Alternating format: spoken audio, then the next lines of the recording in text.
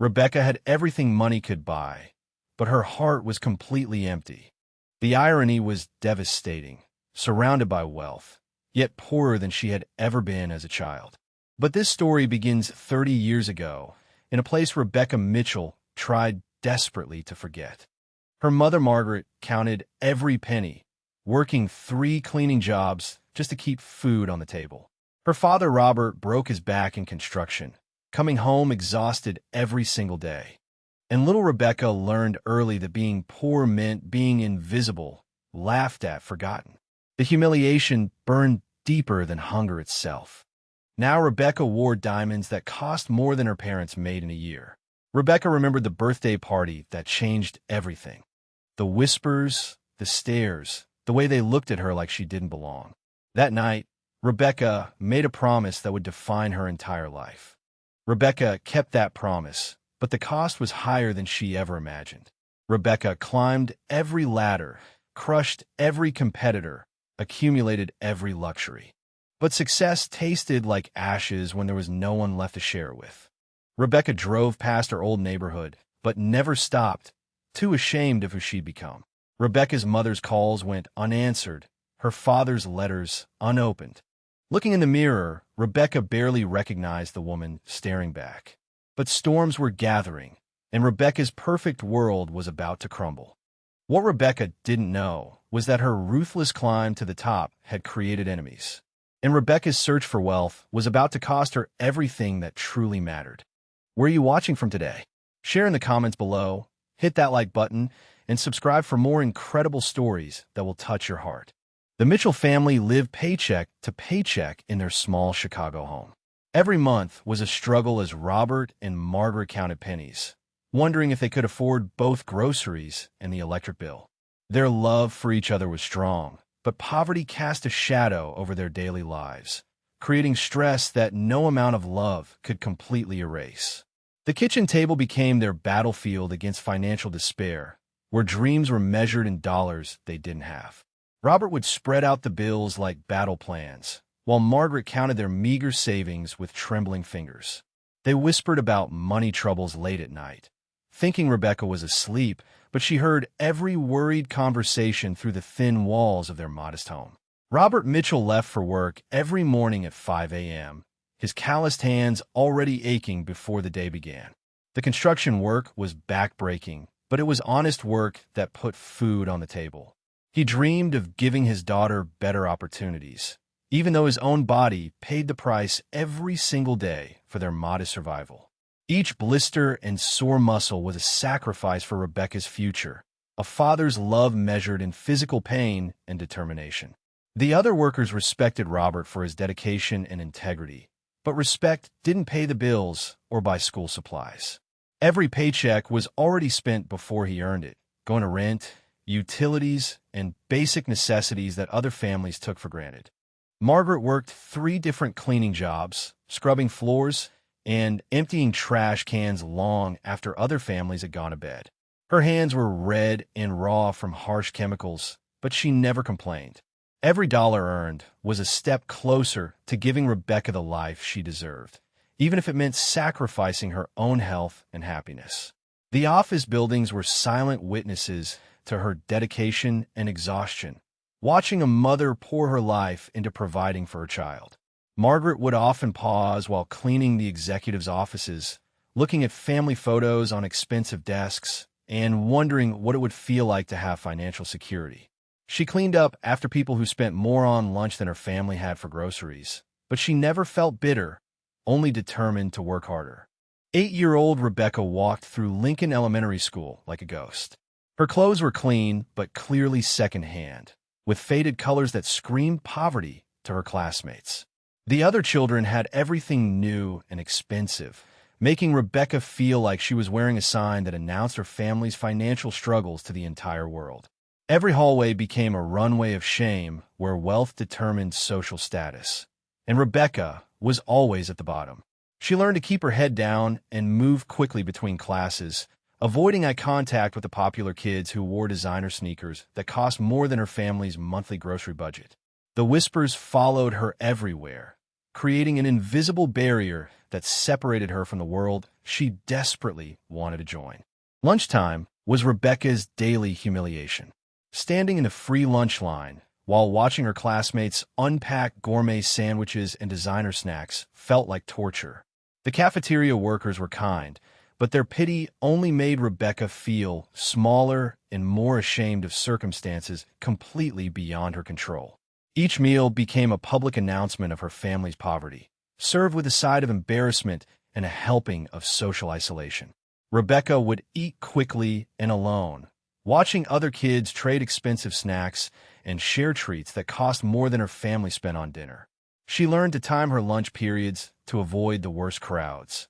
But there was no escaping the daily reminder that she was different, that she was poor, that she didn't belong in their world of abundance. The invitation to Ashley Wellington's birthday party felt like a miracle until Rebecca arrived and realized she was completely out of place. The venue was decorated like a fairy tale, with professional entertainment and expensive party favors. Rebecca's simple dress looked pitiful compared to the other girls' designer outfits. Every detail of the party screamed wealth and luxury, making Rebecca feel like an intruder in a world she could never afford to enter. The other children moved through the space with confidence born of privilege, while Rebecca stood frozen by the overwhelming display of wealth. She had never seen so much money spent on a single event, and the realization of how different her world was from theirs hit her like a physical blow. Rebecca watched the other parents whisper about her family, their eyes filled with judgment and pity. Ashley's mother made comments about charity cases just loud enough for Rebecca to hear. The humiliation was overwhelming, but what hurt most was realizing that money determined how people treated you, even as a child. The wealthy parents looked at her like she was a problem to be solved rather than a person to be welcomed. Their designer clothes and expensive jewelry seemed to give them permission to judge and exclude, creating an invisible hierarchy that placed Rebecca firmly at the bottom. She overheard conversations about property values and private schools, discussions of a world so far removed from her reality that it might as well have been another planet. Rebecca's handmade gift looked pathetic next to the expensive toys piled on the gift table. Her mother had spent hours creating something special with love, but surrounded by store-bought luxury, it only emphasized their poverty. Rebecca wished she could disappear rather than face the embarrassment of explaining her humble offering. The gift table became a monument to everything her family couldn't afford, a painful reminder of her place in the social hierarchy. Electronic toys with price tags that exceeded her family's monthly entertainment budget sat next to her simple handcrafted present. When Ashley opened Rebecca's gift in front of everyone, the polite but dismissive thank you felt like a public announcement of Rebecca's inadequacy. The ride home was silent, except for Rebecca's quiet tears. Margaret tried to comfort her daughter, explaining that kindness mattered more than money, but Rebecca couldn't hear the wisdom through her pain. The seed of ambition was already taking root, watered by humiliation and fertilized by a desperate desire to never feel powerless again. Margaret watched helplessly as her daughter began to withdraw, not knowing how to heal wounds that money had created. Rebecca stared out the window at the wealthy neighborhood they were leaving behind, memorizing every detail of the houses and cars that represented the life she would someday claim. Her mother's gentle words about character and integrity fell on deaf ears, because Rebecca had learned a harsh lesson about how the world really worked. That night, standing before her cracked bedroom mirror, Rebecca made a promise that would change everything. She would never be poor again. She would never feel ashamed or powerless. Whatever it took, however hard she had to work, she would climb out of poverty and into a world where people respected her. But Rebecca didn't realize that this promise would slowly distance her from the very people who loved her most, beginning her journey away from family and toward an empty pursuit of wealth. The moonlight illuminated her young face as she spoke her vow to the reflection staring back at her, a child making an adult decision that would define the rest of her life. In that moment, innocence died and ambition was born, setting Rebecca on a path that would bring her everything she thought she wanted while costing her everything that truly mattered.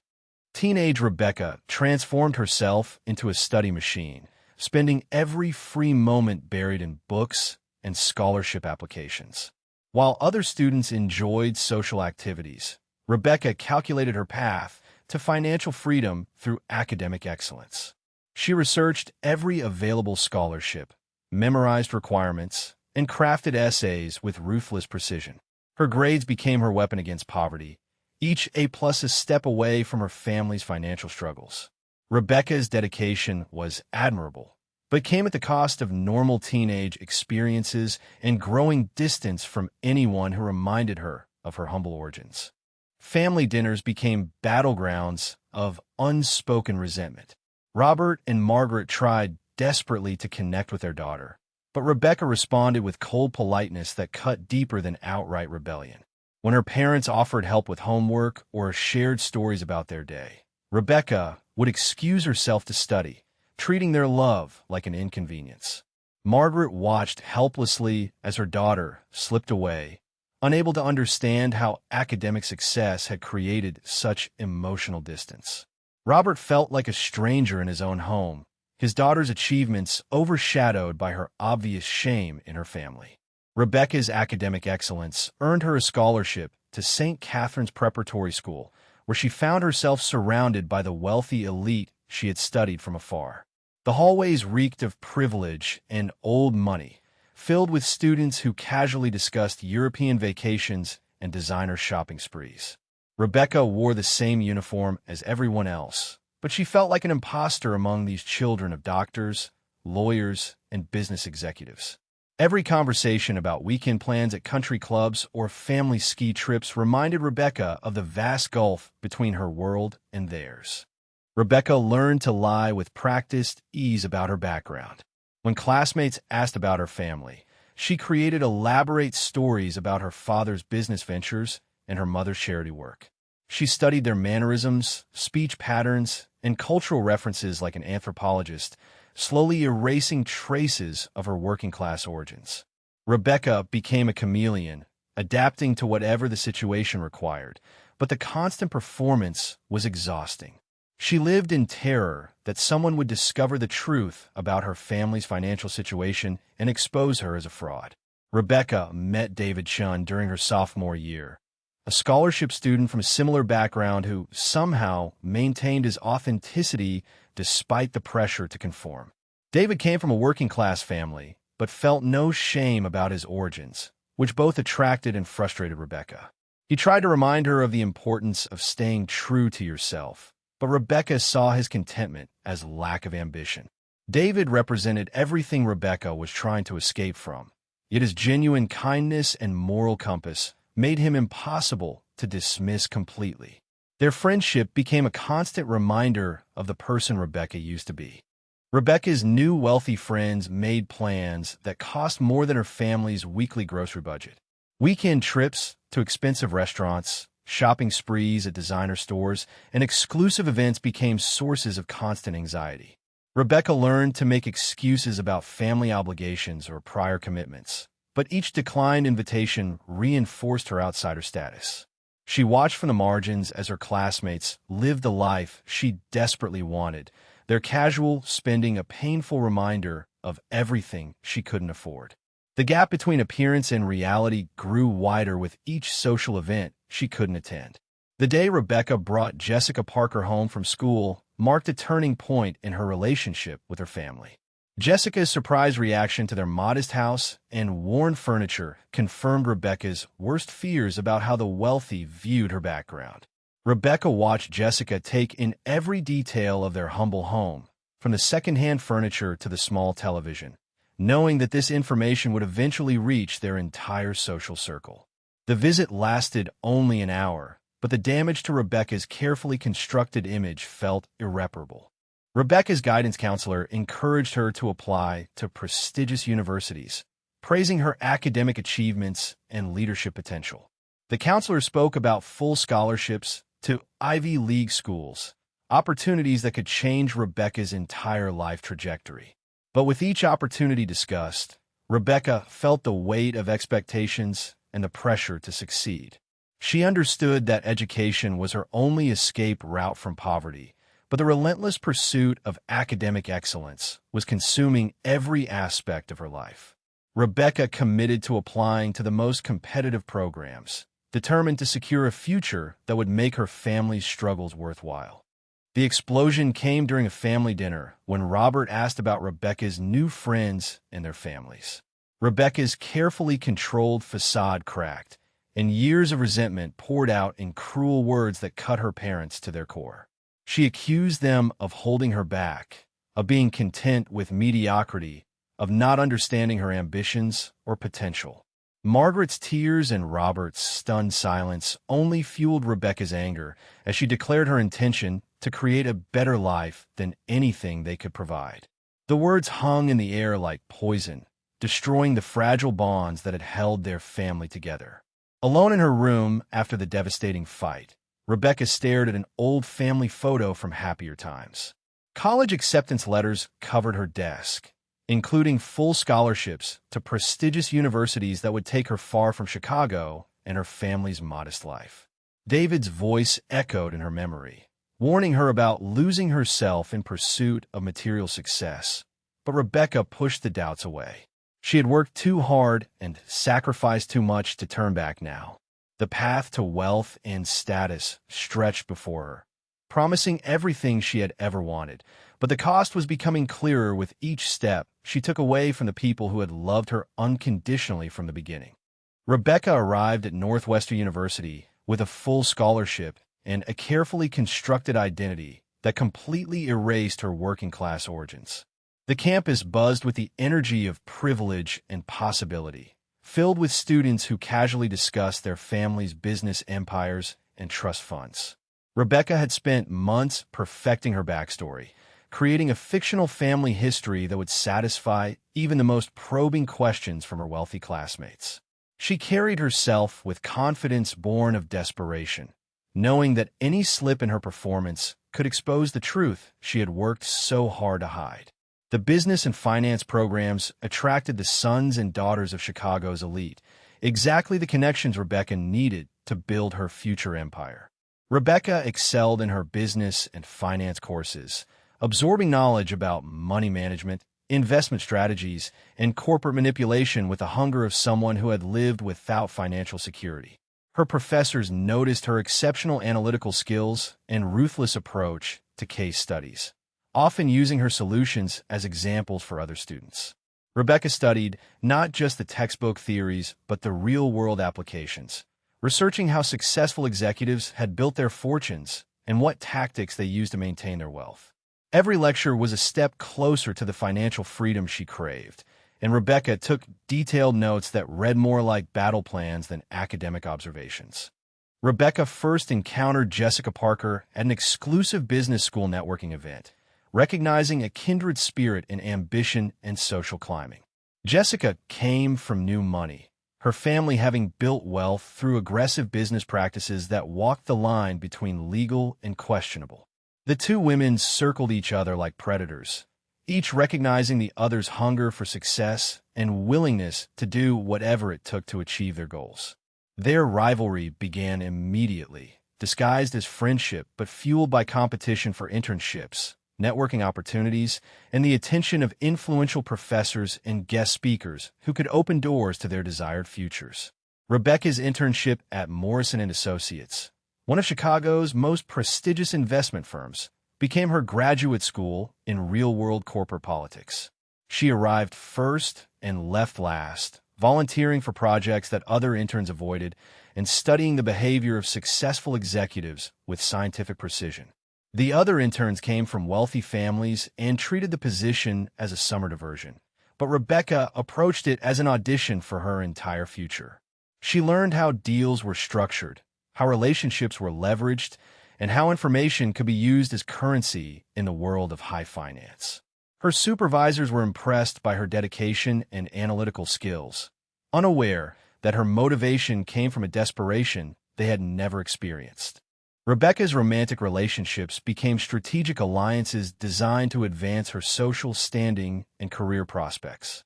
She dated the sons of wealthy families, learning their mannerisms, social codes, and cultural references while carefully hiding her own background.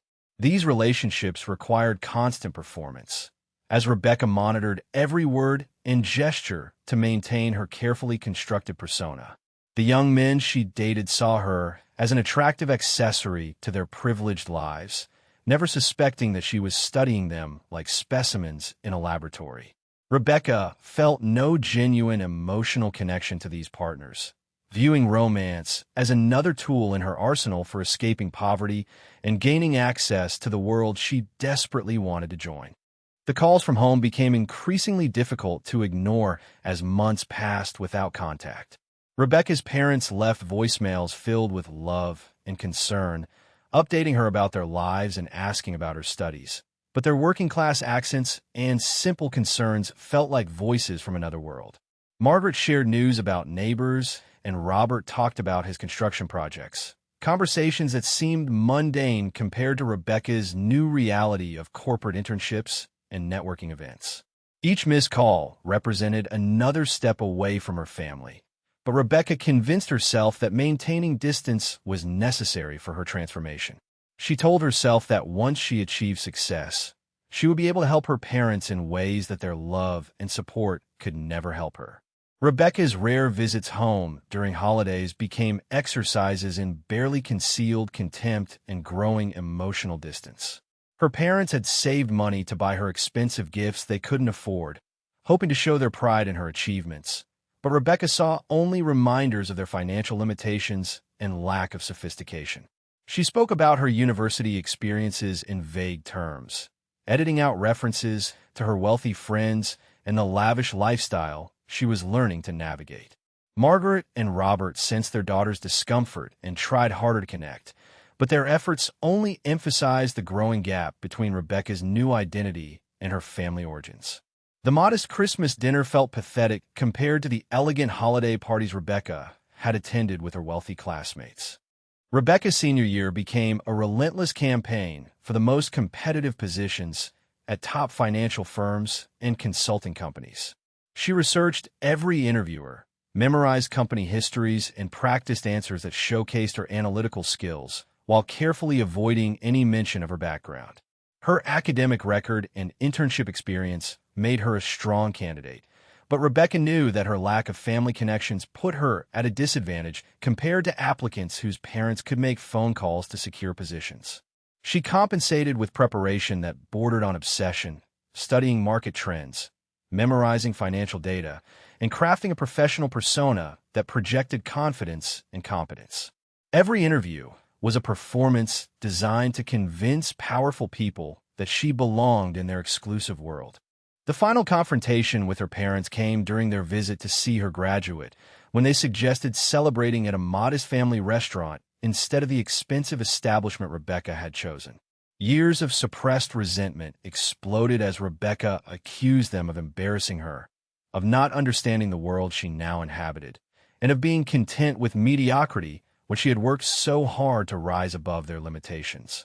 She spoke cruel words about their lack of education, their simple dreams, and their inability to provide her with the advantages her classmates had received from birth.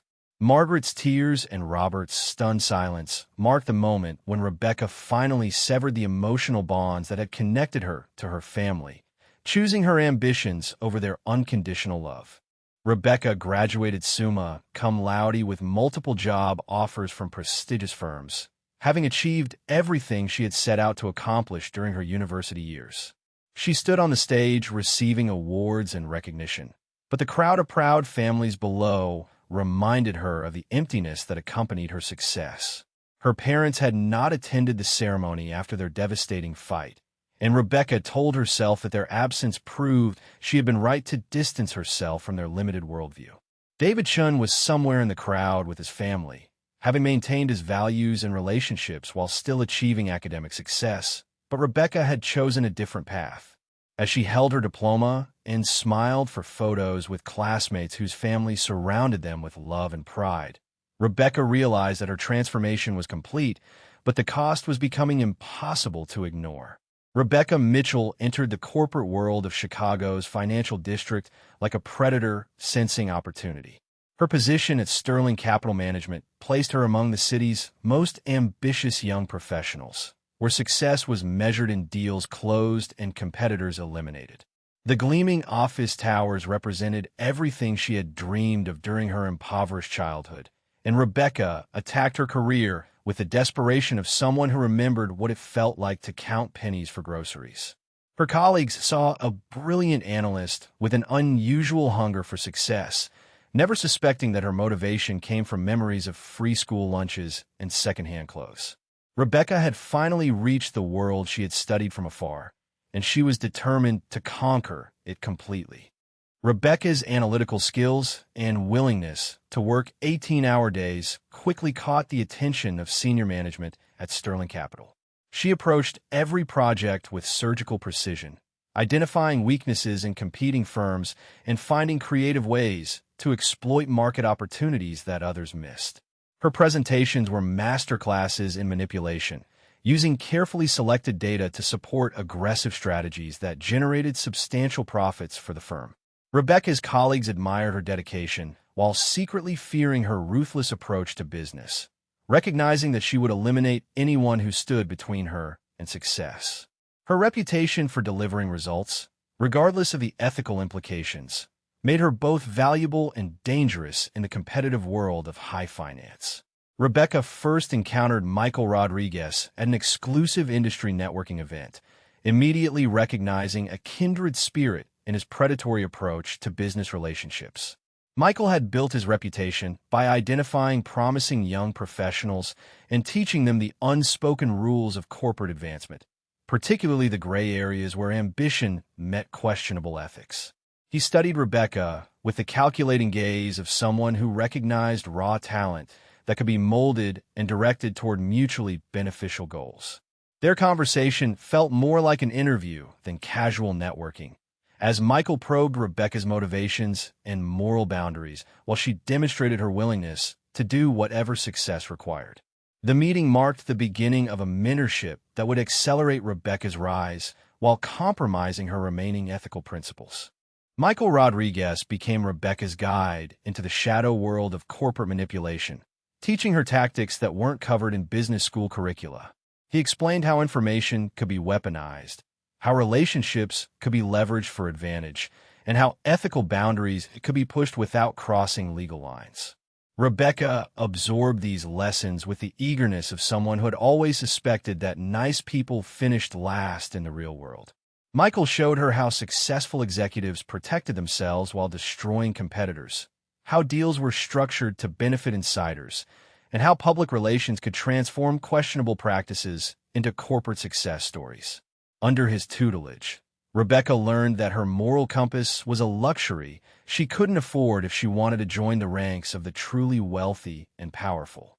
Rebecca's first major deal generated enough commission to upgrade her lifestyle dramatically, moving from a modest apartment to a luxury high-rise that showcased her newfound financial success.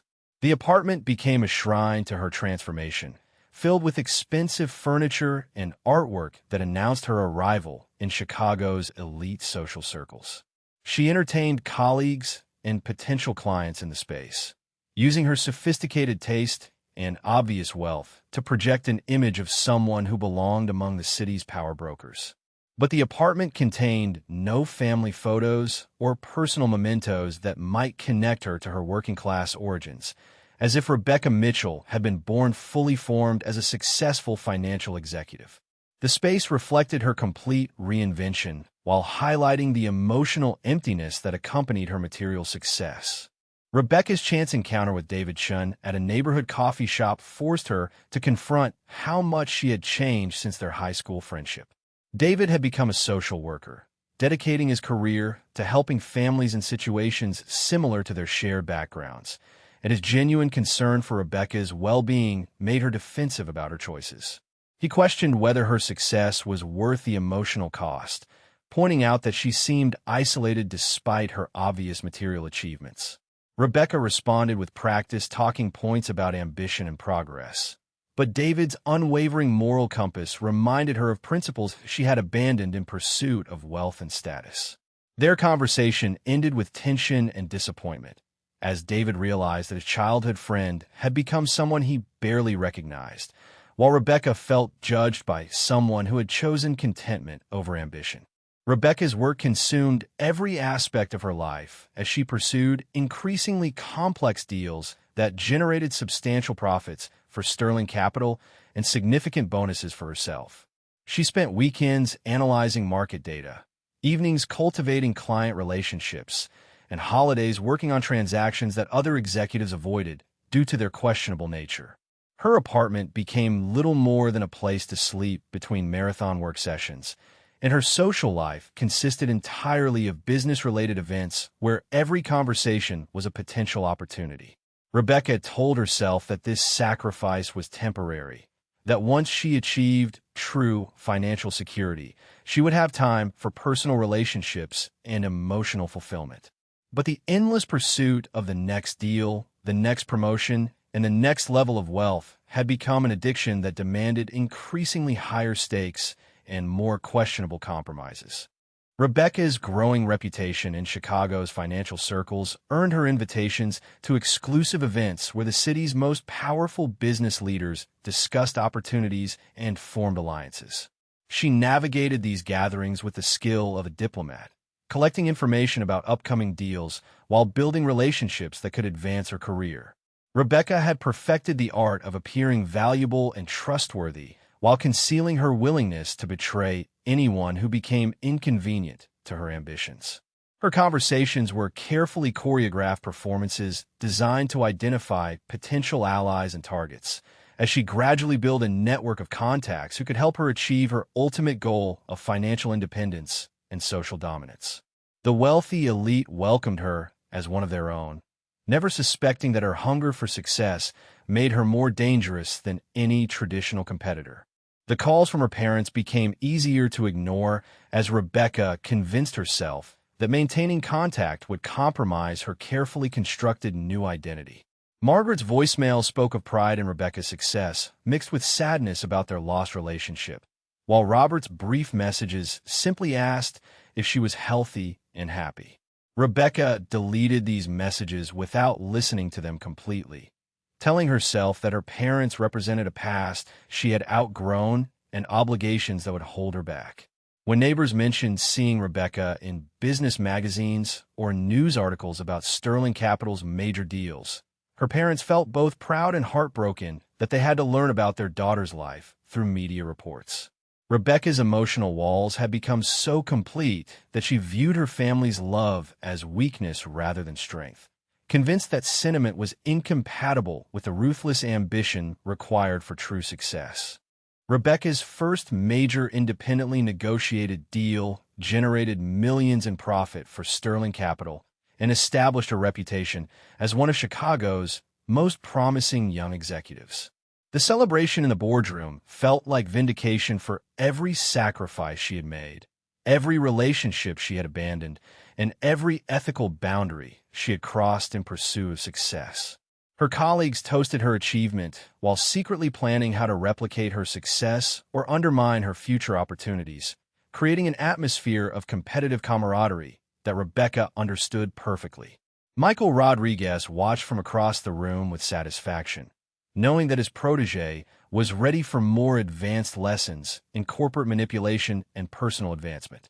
As Rebecca accepted congratulations and fielded offers for even more lucrative opportunities, she realized that her transformation from poor scholarship student to wealthy executive was complete, but the hunger for more wealth and power had only grown stronger with each achievement. Rebecca had built Mitchell Financial into one of Chicago's most aggressive investment firms, specializing in hostile takeovers and market manipulation that generated enormous profits while destroying smaller competitors. Her corner office commanded a view of the entire city, a daily reminder of how far she had risen from the poverty-stricken neighborhoods of her childhood. The walls displayed awards and recognition for financial magazines, but no personal photographs or mementos that might reveal her human side to clients or competitors. Rebecca's reputation preceded her into every boardroom, where opponents knew they faced someone who would use any legal means necessary to achieve victory. Her success had become a carefully constructed fortress of wealth and power, but the isolation within those walls grew more complete with each triumph. Rebecca's mansion in Lincoln Park served as both trophy and prison, showcasing her financial success while highlighting her complete emotional isolation. The house contained every luxury money could buy, from imported marble floors to custom-designed furniture that cost more than most people's annual salaries. But it felt more like a museum than a home. Rebecca hosted business dinners and networking events in the grand dining room, using her obvious wealth to intimidate competitors and impress potential clients. But she rarely entertained genuine friends because she had none left.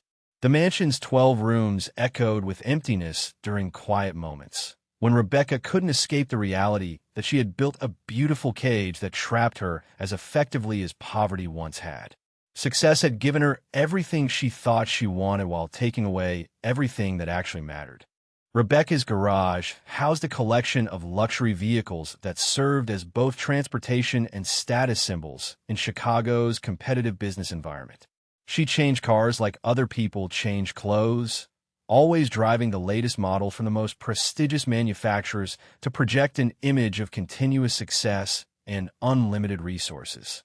The salespeople at exclusive dealerships knew her by name and competed for her business, understanding that Rebecca's purchases were strategic investments in her professional image rather than expressions of personal taste.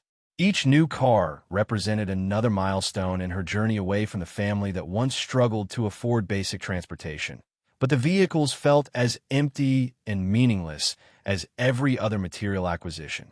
Rebecca had learned that buying things could never fill the emotional void that success had created, but she continued the pattern anyway, hoping that the next purchase might bring the satisfaction that always remained just out of reach. Rebecca's marriage to Jonathan Whitfield III represented the ultimate strategic alliance, combining her financial expertise with his family's old money connections and social prestige. The wedding was a carefully orchestrated display of wealth and influence, attended by Chicago's business elite who viewed the union as a merger between two powerful financial dynasties. Rebecca approached marriage like a business transaction, analyzing the benefits and risks while carefully managing her emotions to avoid appearing vulnerable or dependent. Jonathan appreciated Rebecca's ambition and earning potential, while she valued his family connections and social standing, creating a partnership based on mutual advantage rather than love or emotional intimacy. The ceremony was featured in Society magazines as one of the year's most significant social events, but neither bride nor groom seemed particularly interested in the personal aspects of their commitment. Rebecca's marriage began failing almost immediately as both partners realized that their strategic alliance lacked the emotional foundation necessary for genuine partnership. Jonathan's family money came with expectations about social behavior and charitable obligations that Rebecca found tedious and pointless, while her relentless focus on business expansion left no time for the social activities that defined his world. Their attempts to have children became another source of stress and competition rather than a shared goal that might bring them together.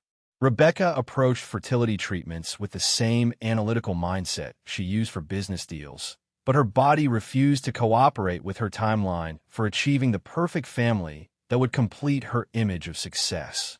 The clinical environment of medical appointments provided a sterile backdrop for conversations about their failing marriage, where both partners admitted that they had married images rather than people. The birth of Lily Mitchell Whitfield should have been the crowning achievement of Rebecca's carefully planned life. But motherhood revealed the emotional emptiness that success had created within her.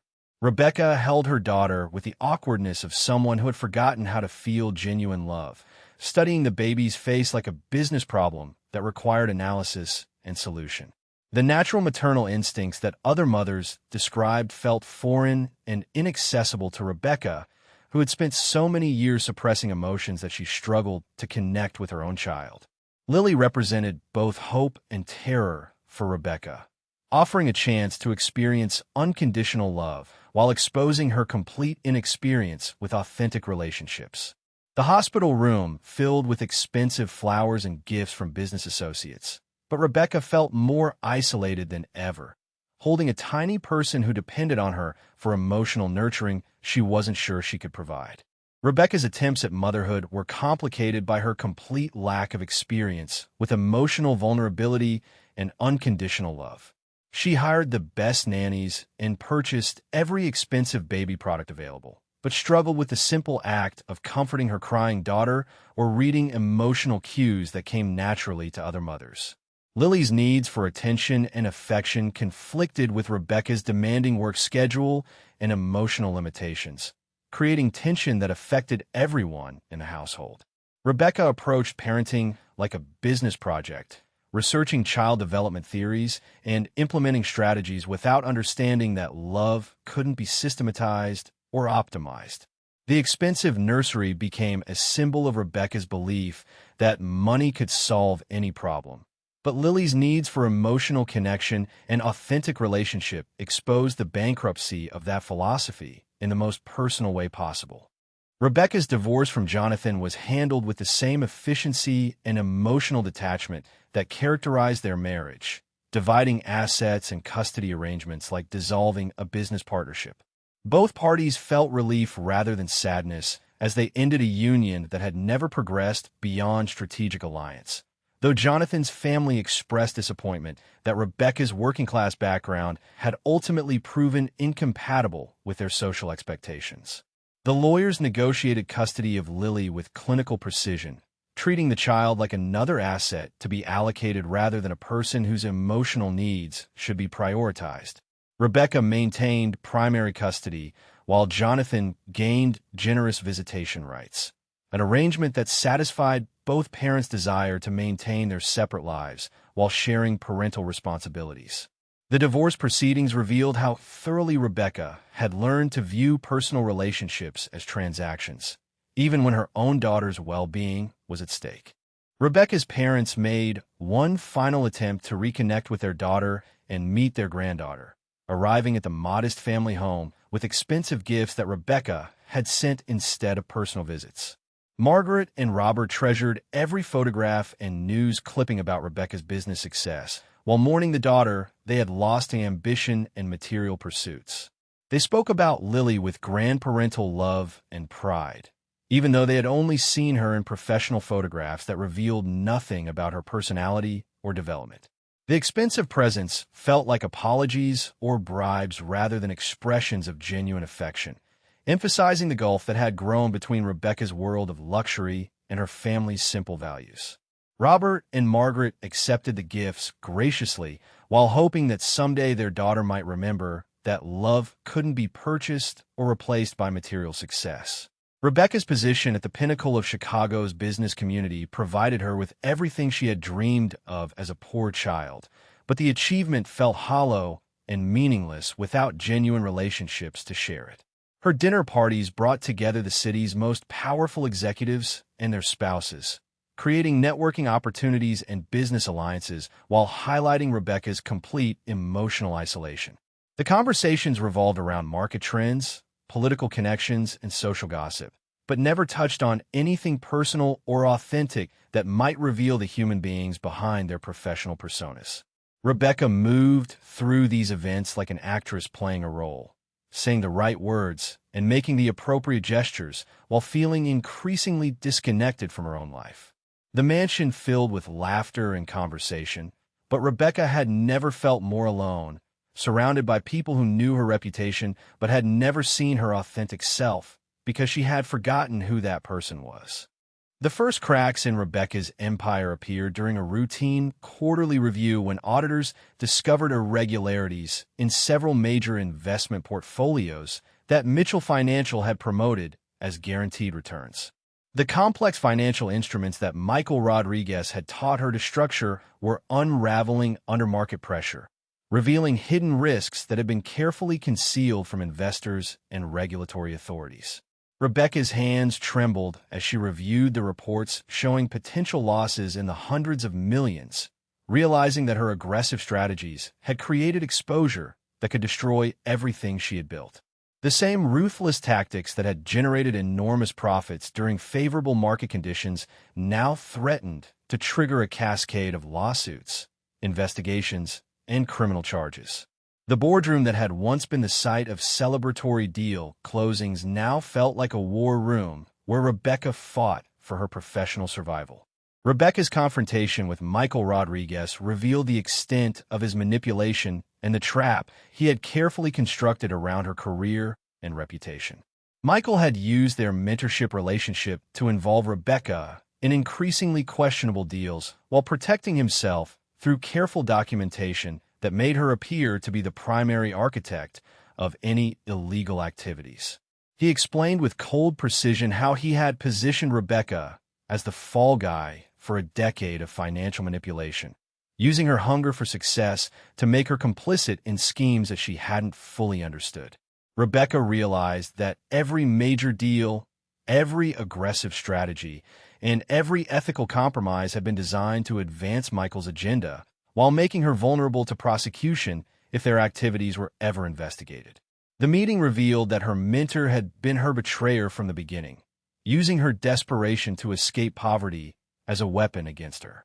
The federal investigation into Mitchell Financial's business practices transformed Rebecca from a celebrated executive into a target of criminal prosecution, as investigators built cases for securities fraud, money laundering, and conspiracy charges.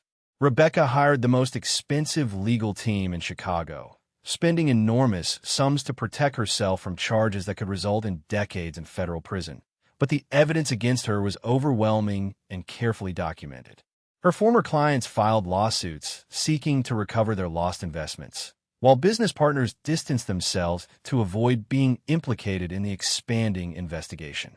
The media coverage portrayed Rebecca as the mastermind of a sophisticated financial conspiracy, ignoring her role as a victim of Michael's manipulation while focusing on her meteoric rise and spectacular fall. Every court appearance became a public spectacle where Rebecca's expensive clothes and confident demeanor were interpreted as arrogance rather than an attempt to maintain dignity under impossible circumstances. Rebecca's meeting with Jessica Parker revealed that her former rival had orchestrated much of the conspiracy that was destroying her career and reputation. Jessica had spent years building alliances with other competitors who resented Rebecca's aggressive tactics and rapid success, creating a network of enemies who were eager to participate in her downfall. The investigation into Mitchell Financial had been triggered by carefully planted evidence and strategically timed whistleblower reports that Jessica's allies had coordinated to maximize damage to Rebecca's business empire. Jessica explained with satisfaction how she had turned Rebecca's own tactics against her, using information gathered over years of competitive rivalry to expose the questionable aspects of her business practices. The meeting made clear that Rebecca's fall wasn't the result of market forces or regulatory oversight, but a carefully planned campaign by business rivals who had learned to be as ruthless as she was. The isolation that had always characterized Rebecca's success became complete as former friends and business associates avoided her to protect their own reputations and interests. Her phone stopped ringing with social invitations and business opportunities, replaced by calls from lawyers, investigators, and creditors who were moving to seize her assets and freeze her accounts. Rebecca spent sleepless nights in her mansion, surrounded by expensive possessions that would soon be sold to pay legal fees and settlement costs, realizing that she had no genuine relationships to provide support during her crisis. The people she had considered friends revealed themselves to be opportunistic allies who had valued her money and connections rather than her as a person. The silence in her house was broken only by the sound of process servers delivering legal documents and court summons, each one representing another aspect of her life that was being systematically dismantled. Rebecca's first panic attack occurred during a client meeting when the full scope of her legal and financial exposure became clear, forcing her to confront the reality that she might lose everything she had worked to achieve. The physical symptoms, racing heart, shortness of breath, and overwhelming dread, were manifestations of stress that her body could no longer contain or control through willpower and determination. The emergency room treatment was both humbling and terrifying for someone who had built her identity around control and invulnerability, as medical professionals treated her like any other patient rather than the powerful executive she had believed herself to be. Rebecca realized that her pursuit of wealth and status had consumed her physical and emotional resources, leaving her unprepared for the stress of defending against coordinated attacks on her empire. The panic attack was a warning that her body was approaching complete breakdown under the pressure of maintaining her crumbling facade while fighting for her freedom and reputation. The liquidation of Rebecca's assets proceeded with methodical efficiency as courts and creditors moved to recover funds for defrauded investors and unpaid legal fees. Watching movers pack her expensive furniture, artwork, and personal belongings felt like attending her own funeral, as every item represented a milestone in her journey from poverty to wealth that was now being reversed. The mansion that had symbolized her success was sold to satisfied judgment creditors, forcing Rebecca to move into a modest apartment that reminded her uncomfortably of her childhood living conditions. Her car collection, jewelry, and designer clothes were auctioned to generate cash for mounting legal expenses, stripping away the material symbols of status that had defined her identity for over a decade. Rebecca realized that her entire sense of self had been built on possessions and external validation that could be taken away as quickly as they had been acquired, leaving her to discover who she was without wealth to define her worth. The custody battle over Lily became another casualty of Rebecca's legal troubles, as Jonathan's family used her criminal charges and financial instability to argue that she was an unfit mother who posed a danger to their granddaughter's well-being. Rebecca's visitation rights were reduced to supervised meetings in sterile rooms, where social workers monitored every interaction between mother and daughter, treating her like a potential threat rather than a parent. Lily's confused questions about why Mommy lived in a small apartment instead of the big house revealed how thoroughly Rebecca's choices had disrupted her daughter's life and sense of security. The realization that her pursuit of wealth had cost her the most important relationship in her life was more devastating than losing her business empire or facing prison time. Rebecca understood that Lily would grow up associating her mother with instability and criminality rather than love and protection, a legacy that no amount of future success could ever completely repair. Rebecca's desperate search for emotional support led her back to David Chun, the only person from her past who might still care about her welfare despite the choices she had made over the years.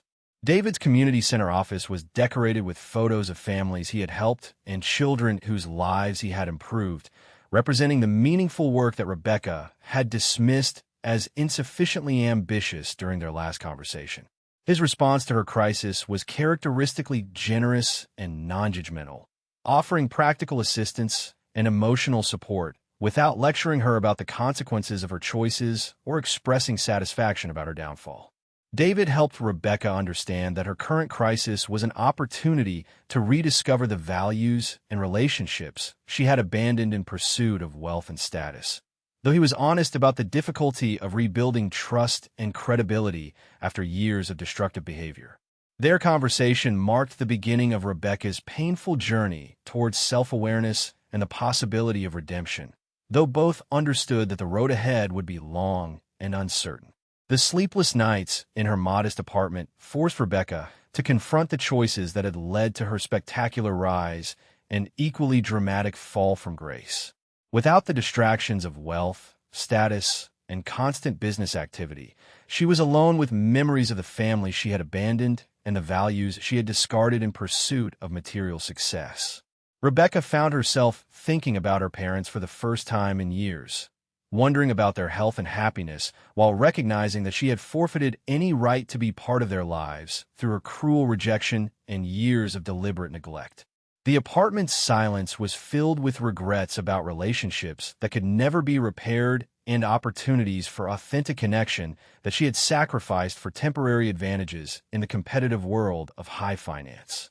Rebecca realized that her current crisis might be the consequence of choices that had seemed rational and necessary at the time, but had gradually isolated her from every source of genuine meaning and sustainable happiness in life.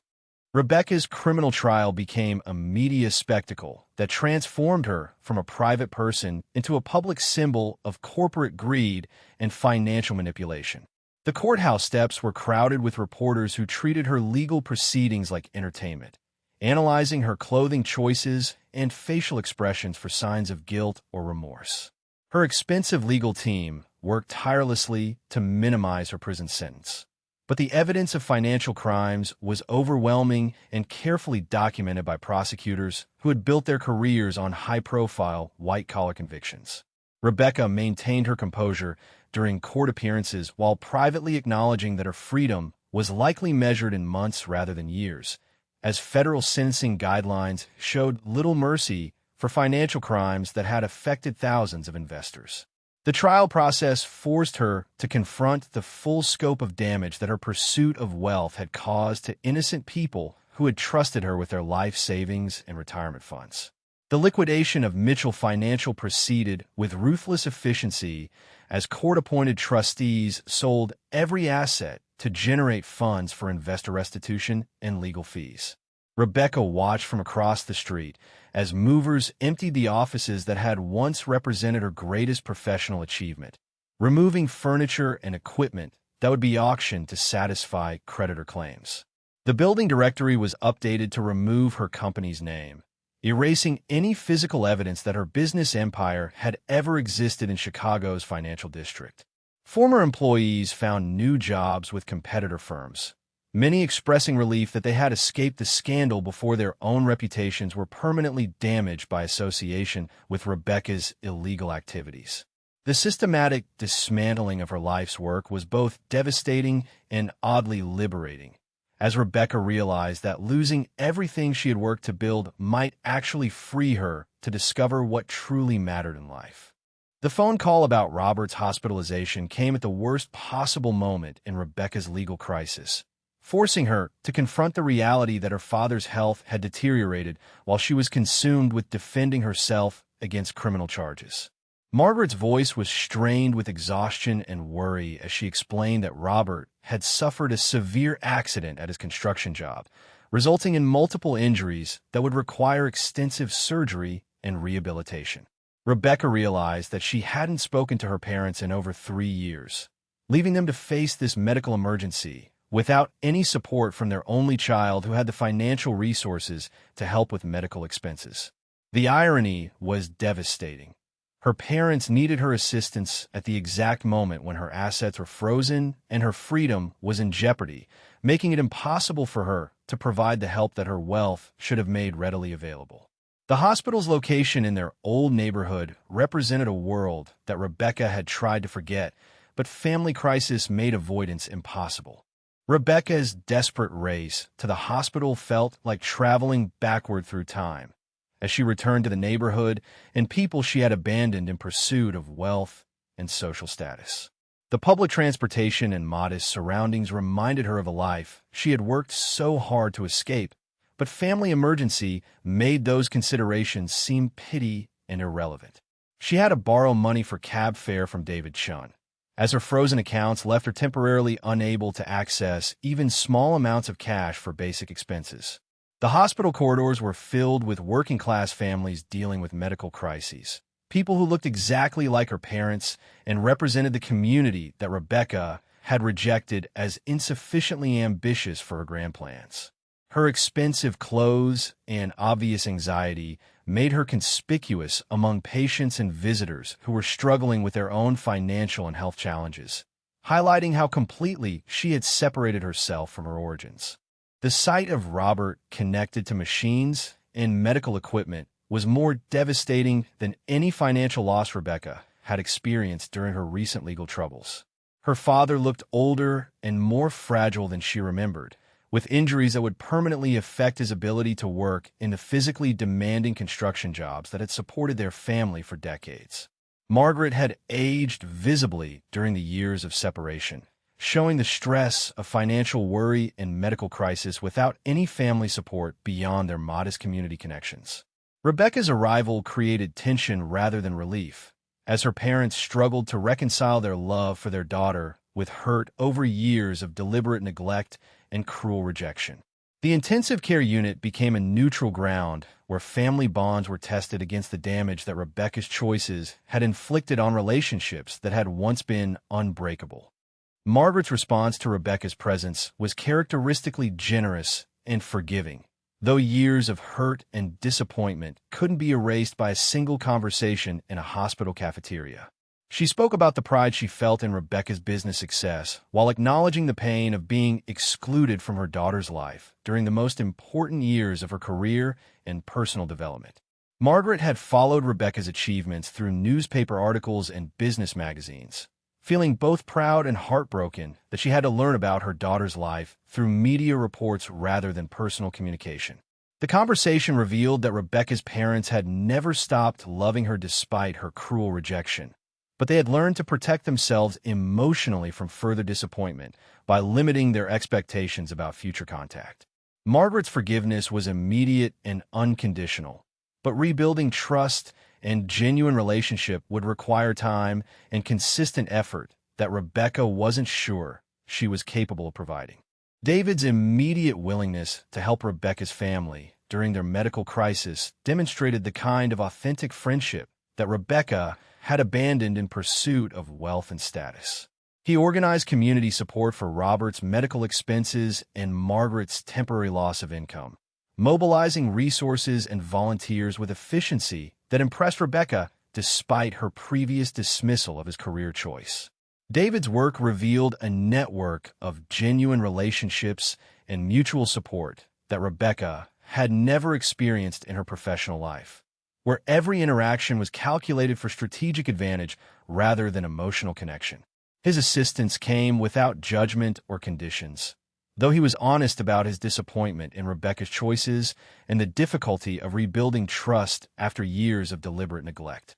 The community center became a place where Rebecca could contribute meaningfully to her family's welfare while learning about the values and relationships she had sacrificed in pursuit of material success. Pastor James Wilson's introduction to Rebecca came through David's recommendation and Margaret's gentle suggestion that spiritual guidance might help her navigate the current crisis and future challenges. The modest church sanctuary felt foreign and intimidating to Rebecca, who had avoided religious community throughout her adult life while pursuing goals that seemed incompatible with spiritual values. Pastor James approached their conversation with patience and wisdom, recognizing that Rebecca's current troubles were symptoms of deeper spiritual emptiness rather than simple legal or financial problems that could be solved through strategic planning. He spoke about redemption and second chances without minimizing the real consequences of Rebecca's choices or offering easy solutions to complex problems that had developed over many years. Their initial meeting planted seeds of spiritual awareness that would require time and cultivation to develop into genuine faith and authentic transformation. Robert's slow recovery provided opportunities for conversations that revealed the depth of his love for Rebecca despite years of separation and disappointment. He spoke about the pride he felt in her intelligence and determination, while expressing sadness that her pursuit of success had required her to reject the family that had always supported her dreams. Robert's perspective on wealth and success was shaped by decades of honest work and simple pleasures, values that seemed quaint and naive to Rebecca during her years of corporate climbing, but now offered wisdom about sustainable happiness and authentic achievement. His forgiveness was immediate and complete, though he was honest about the hurt that Rebecca's rejection had caused and the challenge of rebuilding trust after such a long separation. The conversations revealed that Robert had never stopped believing in his daughter's capacity for goodness, even when her choices suggested that she had lost her moral compass entirely. The letter from her parents expressed gratitude for Rebecca's presence during Robert's medical crisis, while gently encouraging her to consider how current troubles might be opportunities for positive change and spiritual growth. Margaret and Robert wrote about their unconditional love and their hope that Rebecca might rediscover the values and relationships that would provide more sustainable happiness than wealth and status had ever delivered. Rebecca read their words repeatedly, struggling to accept forgiveness that she didn't feel she deserved, while recognizing that her parents' perspective offered wisdom that her expensive education and professional success had never provided. The legal documents surrounding her outlined the criminal charges and financial obligations that would define her immediate future, But her parents' letter suggested that redemption was possible even after devastating mistakes and cruel choices.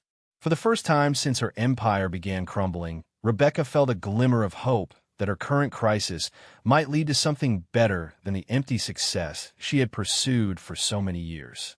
Rebecca's return to her childhood home required more courage than any business deal she had ever negotiated, as she faced the possibility that her parents might reject her just as she had rejected them years earlier. The modest house looked exactly as she remembered, with the same worn siding and small front yard that had once embarrassed her, but now represented stability and authentic love that money couldn't purchase. Margaret opened the door with tears of joy and relief, immediately embracing her daughter despite the years of hurt and separation that lay between them. The simple gesture of unconditional welcome was more healing than any therapy or legal victory could have been, offering Rebecca the first genuine emotional connection she had experienced in over a decade. The house that had once felt like a prison now offered sanctuary from the storm of legal troubles and public humiliation that had destroyed everything she thought she valued. Caring for Robert during his recovery became Rebecca's introduction to the kind of meaningful work that had nothing to do with profit margins or competitive advantage. His injuries required assistance with basic daily activities that tested Rebecca's patience and commitment, while teaching her about the dignity of service and the satisfaction of helping someone without expecting anything in return. Robert's gratitude for her presence was genuine and healing, offering forgiveness that Rebecca didn't feel she deserved while demonstrating the kind of unconditional love that had been missing from her life for years. Their conversations during physical therapy sessions revealed the wisdom that Robert had gained through decades of honest work and simple living, perspectives that seemed more valuable than any business education Rebecca had received. The slow process of his recovery mirrored Rebecca's own healing, as both father and daughter learned to trust again despite the injuries that life had inflicted on their bodies and spirits. Family dinners became sacred rituals that slowly rebuilt the emotional bonds that Rebecca's ambition had severed over many years of deliberate neglect and cruel rejection. The simple meals prepared with love and shared without pretense offered more satisfaction than any expensive restaurant experience Rebecca had enjoyed during her years of wealth and status. Margaret's cooking represented traditions and values that connected their family to previous generations, creating continuity that Rebecca had abandoned in her pursuit of a completely new identity. Robert's stories about his construction work and neighborhood events seemed mundane compared to the high-stakes drama of corporate finance, but they revealed a richness of human connection and community involvement that Rebecca had never experienced in her professional life.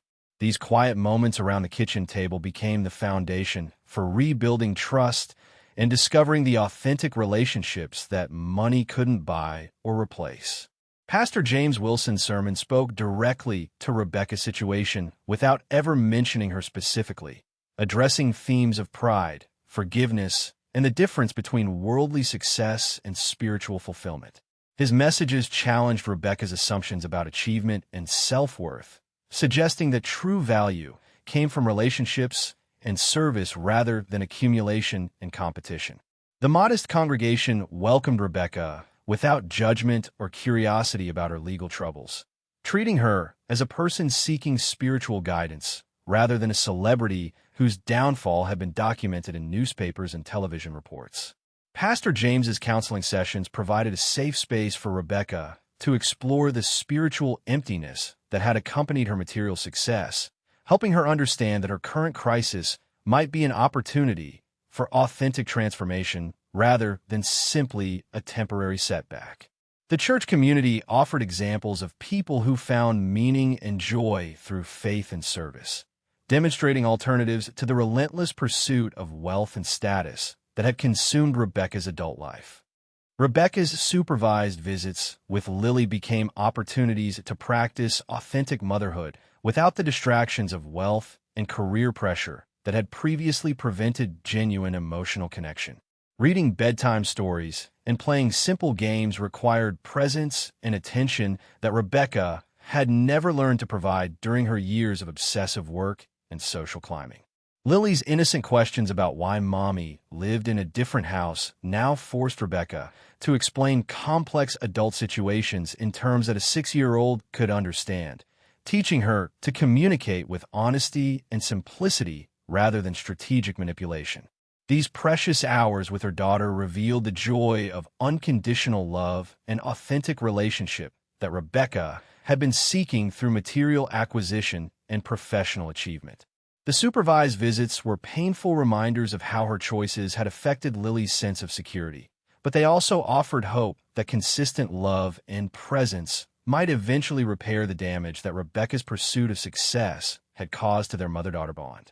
Pastor James helped Rebecca understand that her pursuit of material wealth had been motivated by deeper spiritual needs for security, significance, and love that money could never satisfy completely. Their conversations explored the difference between temporary happiness based on external circumstances and lasting joy rooted in relationships, faith, and service to others. Rebecca began to recognize that her childhood poverty had created legitimate fears about financial security, but her response to those fears had become obsessive and destructive, cutting her off from the very relationships that could provide genuine fulfillment. Pastor James shared stories of other people who had found peace and purpose after losing everything they thought they needed for happiness, demonstrating that Rebecca's current situation was an opportunity rather than a permanent defeat. His guidance helped Rebecca see that true wealth consisted of love, family, community, and spiritual peace rather than money, possessions, and social status that could be lost as quickly as they were gained. Rebecca's assistance with Robert's medical care taught her to use her education and analytical skills in service of others rather than personal advancement, discovering satisfaction in helping her parents navigate complex healthcare systems and insurance requirements. Her business training proved valuable in understanding medical bills and coordinating care, but the motivation was completely different from her previous professional activities. Robert's gradual improvement became a source of hope and gratitude that had nothing to do with financial gain or competitive advantage, teaching Rebecca to appreciate progress and healing as ends in themselves rather than means to other goals. The medical appointments became opportunities for family bonding and mutual support, as Rebecca learned to be helpful without being controlling and to serve without expecting recognition or reward. Her parents' gratitude for her assistance was genuine and healing, offering Rebecca the first experience of earned respect based on character and service rather than wealth and power. Robert's recovery provided opportunities for the kind of deep conversations that had been impossible during Rebecca's years of emotional distance and professional obsession. He spoke about the satisfaction he had found in honest work and simple pleasures, values that seemed more precious than any business achievement Rebecca had accomplished during her years of corporate success. Robert's perspective on wealth and happiness was shaped by decades of financial struggle and family love, offering wisdom that no amount of education or professional experience could provide. His forgiveness for Rebecca's years of rejection was complete and immediate, though he was honest about the hurt that her choices had caused and the importance of rebuilding trust through consistent actions rather than temporary gestures. Robert's stories about raising Rebecca with love despite their financial limitations revealed the depth of sacrifice that her parents had made for her future, sacrifices that she had repaid with cruelty and abandonment during her pursuit of a better life. Working in Margaret's vegetable garden taught Rebecca to find satisfaction in simple tasks that produced tangible results without requiring complex strategies or competitive advantage. The physical work was meditative and healing, providing time for reflection and conversation that had been missing from Rebecca's life during her years of constant business activity and social performance. Margaret shared stories about the neighbors and community members who had supported their family during difficult times, revealing networks of mutual aid and genuine friendship that Rebecca had never experienced in her professional relationships. The garden represented values of patience, nurturing, and long-term thinking that contrasted sharply with Rebecca's previous focus on immediate results and maximum profit. These quiet hours working together became opportunities for rebuilding the mother-daughter relationship that had been damaged by years of separation and mutual disappointment. creating new memories based on service and simplicity rather than achievement and accumulation. The simple Christmas celebration in her parents' modest home provided more joy and satisfaction than any expensive holiday party Rebecca had attended during her years of wealth and social climbing. The handmade gifts and traditional foods represented love and tradition rather than financial investment, creating memories based on presence and attention rather than expensive purchases and elaborate displays.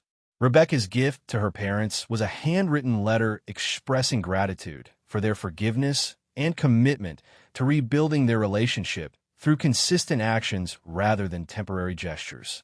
The holiday celebration was attended by neighbors and community members who welcomed Rebecca without judgment or curiosity about her legal troubles, treating her as Margaret and Robert's daughter rather than a former executive whose downfall had been publicized in local media. The evening represented everything that Rebecca had been seeking through material acquisition and professional achievement: unconditional love, authentic community, and genuine peace that couldn't be purchased or lost through external circumstances. Robert's complete recovery became a symbol of second chances and the power of love to heal even the most devastating injuries, both physical and emotional. The church community gathered to celebrate his return to full health and mobility, recognizing the miracle of healing that had brought the Mitchell family together after years of separation and pain. Rebecca sat between her parents during the service, feeling genuine gratitude for the first time in years as she witnessed the outpouring of love and support from neighbors who had sustained her family through their darkest moments. Pastor James spoke about resurrection and renewal, themes that resonated deeply with Rebecca's own journey from spiritual death to authentic life through the power of forgiveness and authentic relationships. The celebration represented everything that Rebecca had been seeking through material success: community, purpose, and unconditional love that couldn't be purchased or lost through external circumstances.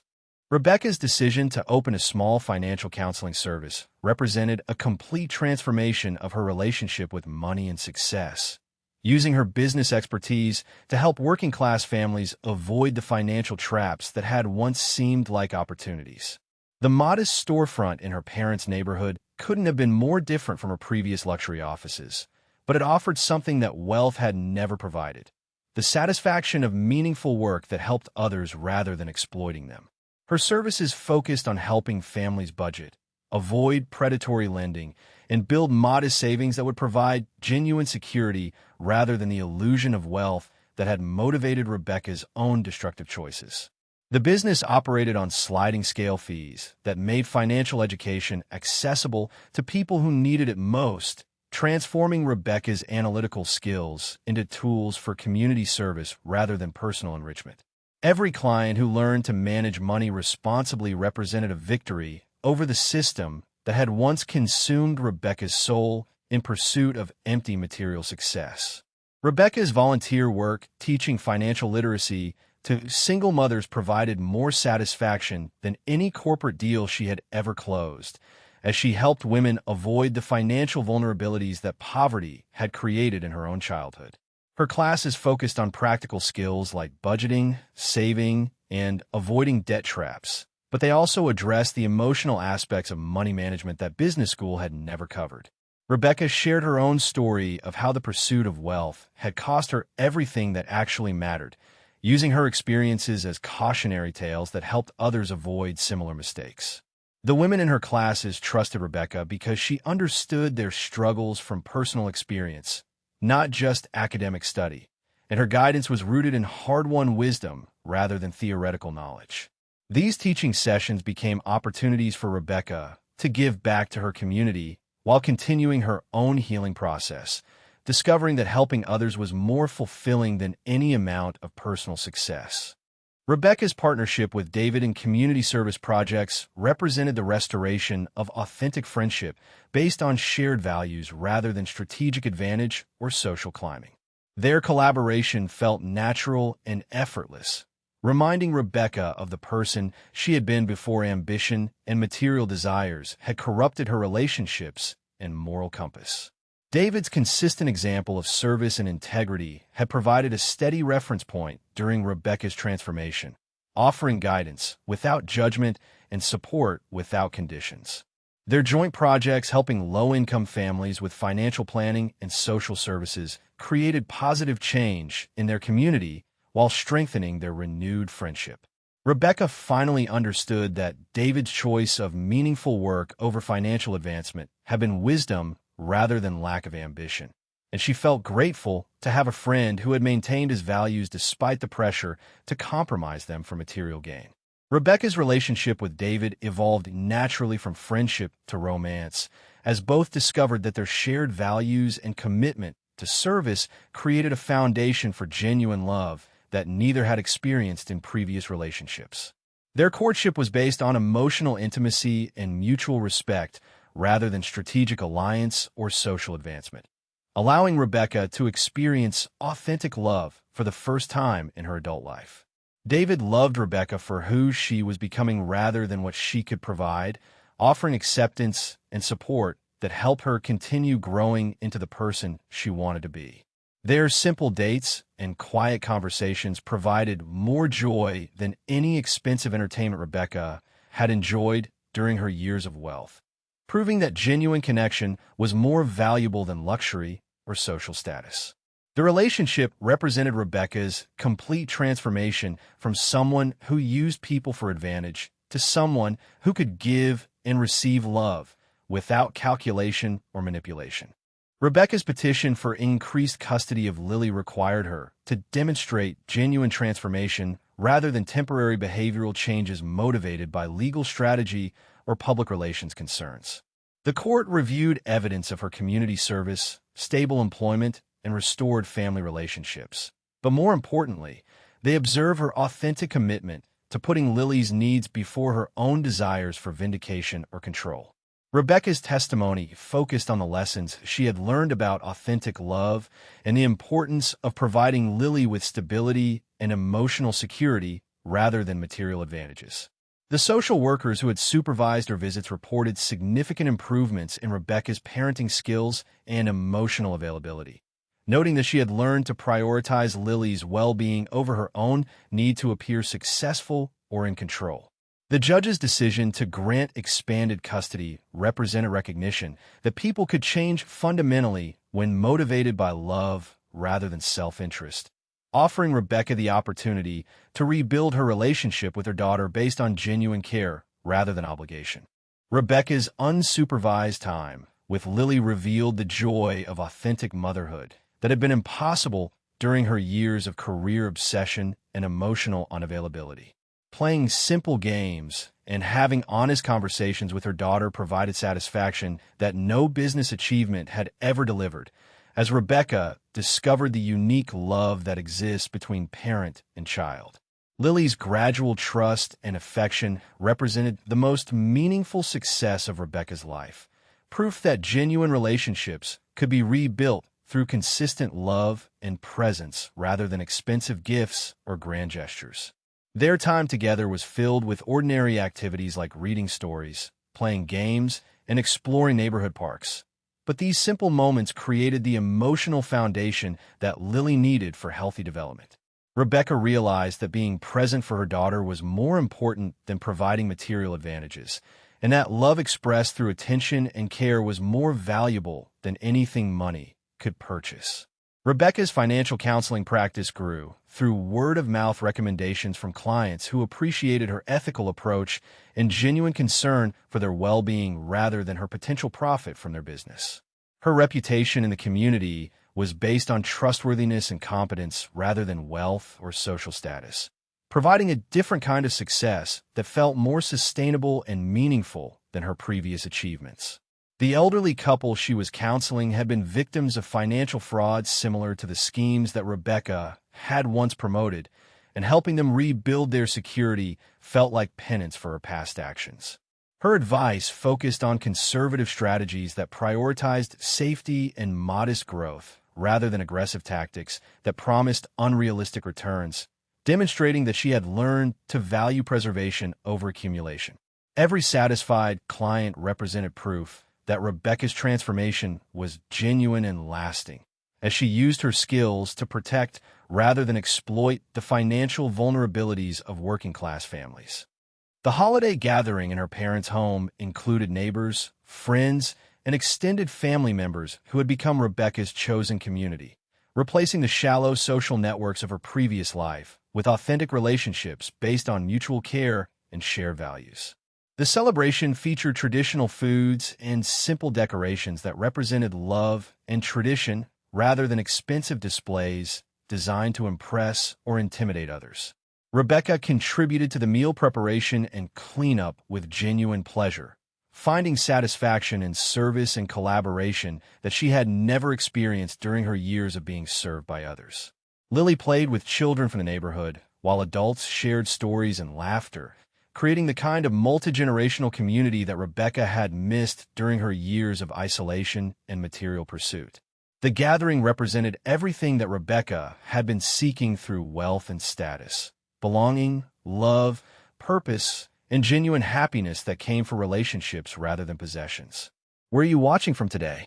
As you followed Rebecca's incredible journey from ambition to emptiness to redemption, I hope it's touched your heart and made you think about what truly matters in life.